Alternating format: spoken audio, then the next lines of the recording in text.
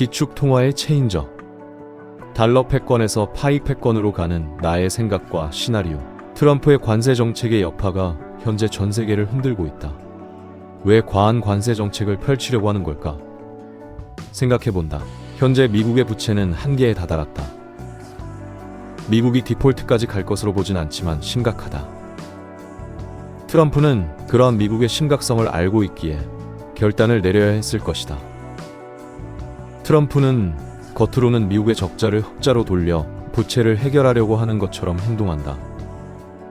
그에 따른 정책이 관세를 올림으로써 외국 기업의 자국으로의 유입을 기대하고 자국 노동자들의 고용 창출을 올린다. 하지만 그러할 경우 미국 자체 생산은 단가 상승으로 연결된다. 제조 단가가 인건비, 자재비, 부지설비 등 제품산의 단가는 불보듯 뻔하게 오를 것이다. 이 제품을 어떻게 경쟁력을 갖겠는가? 그러기에 이는 페이크로 보인다. 물론 미국의 부채를 해결해야 한다는 목적은 같지만 늘어나는 부채와 경이로운 달러 유동성 공급에 의한 달러 가치 하락에 의한 패권이 무너지는 것을 막아야 한다. 여기서 달러 가치 하락은 약달러장과는 의미가 틀리다. 약달러를 원하지만 달러 자체의 가치가 크게 하락하는 것을 원치 않는다. 패권 국가로서의 자리를 지키려면 요수가 필요하다. 그것은 달러 스테이블 코인. 목적은 달러 패권 유지. 부채는 디폴트 수준에 이르렀지만 패권 유지를 위해 스테이블 코인 생태계 확장을 위해 관세 정책을 펼치는 것이다. 달러 스테이블 코인을 이용하여 블록체인이 갖고 있는 국경을 넘나드는 빠른 결제 장점을 토대로 달러의 기축 통화를 유지하는 것이다. 전 세계에 스테이블 코인을 퍼뜨리고 사용함으로써 기축 통화로서 새로운 페이지를 열 것이다. 관세 정책은 협상 카드의 일환이며 각 나라들은 미국과의 협상 테이블에서 관세를 낮추는 대신 무역 거래의 일정 비율을 달러 스테이블로 거래하는 것을 목적으로 할 것이다. 과거 중동에서 생산된 원유를 달러로 거래하게 한 것처럼 말이다. 그것이 트럼프가 원하는 비장의 카드일 것이다. 그렇다면 왜 달러 스테이블 코인인가? 달러 스테이블 코인을 발행하는 회사는 발행 금액의 1:1 이상의 담보물을 가지고 있는데 그 담보물 중에 미국 국채가 가장 큰 비중을 차지하는 이유이다. 스테이블 코인 생태계를 키우고 커질수록 미국은 준비금 자산이 늘어난다. 국채를 허벌나게 파니까 준비되지 못한 전통 금융은 무너진다. 긴장해야 한다. 우리나라도 단 미국의 금융권은 이미 준비해왔고 미국 전통은행과 금융기관은 새로운 페이지를 맞이할 것이다. 달러 스테이블 코인은 전 세계에 펴지며 세계를 하나의 금융망으로 묶고 디파이 금융이 미국 주도로 이루어질 것이다. 국채는 테더사에 더 이상 팔지 않을 것이고 서클사에 팔 것이고 리플사에 팔 것이다. 온도 파이낸스에도 팔 것이고 USDC, 아래의 USD, USDY가 전 세계 스테이블 생태계를 지배할 것이다. 미국 금융 디파이는 성장하고 거기에 실물 자산 토큰화는 가속화되어 탄소 배출권, 부동산, 예술작품, 주식, 국채 등등 무한하게 성장할 것이다. 테더사가 미국 국채를 대량으로 던지면 미국이 키워준 리플사, 서클사, 온도 파이낸스 등 미국 기업 기관에서 다시 살 것이다. 근데 이상하다. 이렇게 되면 자국의 국채를 자국에서 소화하고 발행하고 국채를 판 준비금으로 다시 달러 발행하고 돌고 돌아 미국 국채를 많이 매입하여 달러 스테이블 코인을 발행하는 것은 궁극적인 해결책이 되질 못한다. 물론 발행한 스테이블 코인으로 효과는 기대 이상으로 받을 것이다. 하지만 국채라는 것이 어차피 어음이고 만기가 되면 갚아야 할 돈이다. 빚을 내어 돌려막기를 하는 것이다. 부채 자체를 줄이는 것이 아니라는 것이다. 단순히 생명 연장만 하는 것이다. 그렇다면 어떻게 패권을 계속 유지할 것인가? 답은 비트코인이 가지고 있다. 비축 자산으로 지정한 비트코인의 가격을 상승시켜버린다.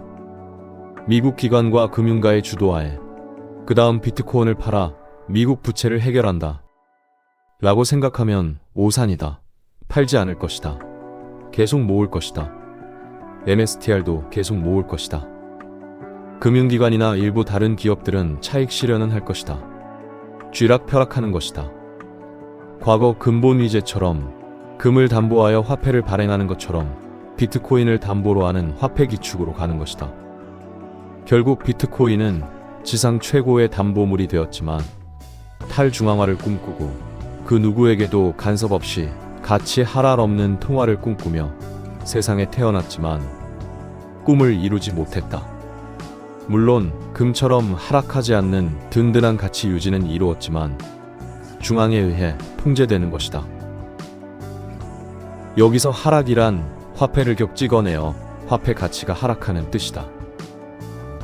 금도 비트코인도 단시간을 쪼개어 보면 큰 폭으로 하락할 때도 있지만 우상향이라는 것에 중점을 둔다. 하지만 무너진 화폐 시스템을 여러 국가에서 보여주고 있다. 시간이 많이 흐르겠지만 결국 앞서 언급한 미국 국채의 악순환에 따른 국채 폭탄으로 달러의 패권이 무너질 가능성이 크다. 새로운 화폐가 등장할 것이고 100년 주기의 기축통화의 변화는 100년 이상 버텨온 달러도 피해갈 수 없을 것이다. 훗날 장기 채권들의 상환일이 돌아오고 해마다 달러를 더 찍어내어 맞고 버티다. 결국 BM, 달러가 무너졌다. 미국이 무너졌다. 라고 말하고 싶지만 미국은 유대인을 중심으로 한 초엘리트들이 있는 곳. 이러한 시나리오 또한 그려놓은 일부분에 그치지 않는다. 다만 미국의 초엘리트들은 달러가 무너진다 해도 미국의 패권을 이어가게 할 것인데 무엇으로 패권을 유지할까? 새로운 기축통화가 필요하다. 비트코인은 실패한 아니, 실험 중의 하나일 뿐. 10여 년 전 그려놓은 비트코인을 써먹고 그 다음으로 진정한 세계 기축통화의 탄생, 비트코인이 이루지 못한 대업, 피라미드 꼭대기에서 모두를 통제할 수 있는 블록체인을 만들기 위해 코로나를 전 세계에 퍼뜨려 백신 접종을 명목으로 블록체인 위에 개인 데이터를 얹어 통제하는 실험을 하였고 이제는 KYC 인증을 한 블록체인을 토대로 전 세계를 통제하려 할 것이다. CBDC는 미국 입장에선 필요하기다.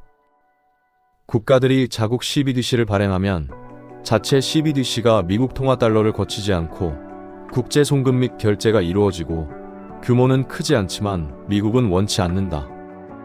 또한 국가들이 자체 통제권을 갖게 되어 국가별 독립성이 유지되고 미국 개입이 어려워진다.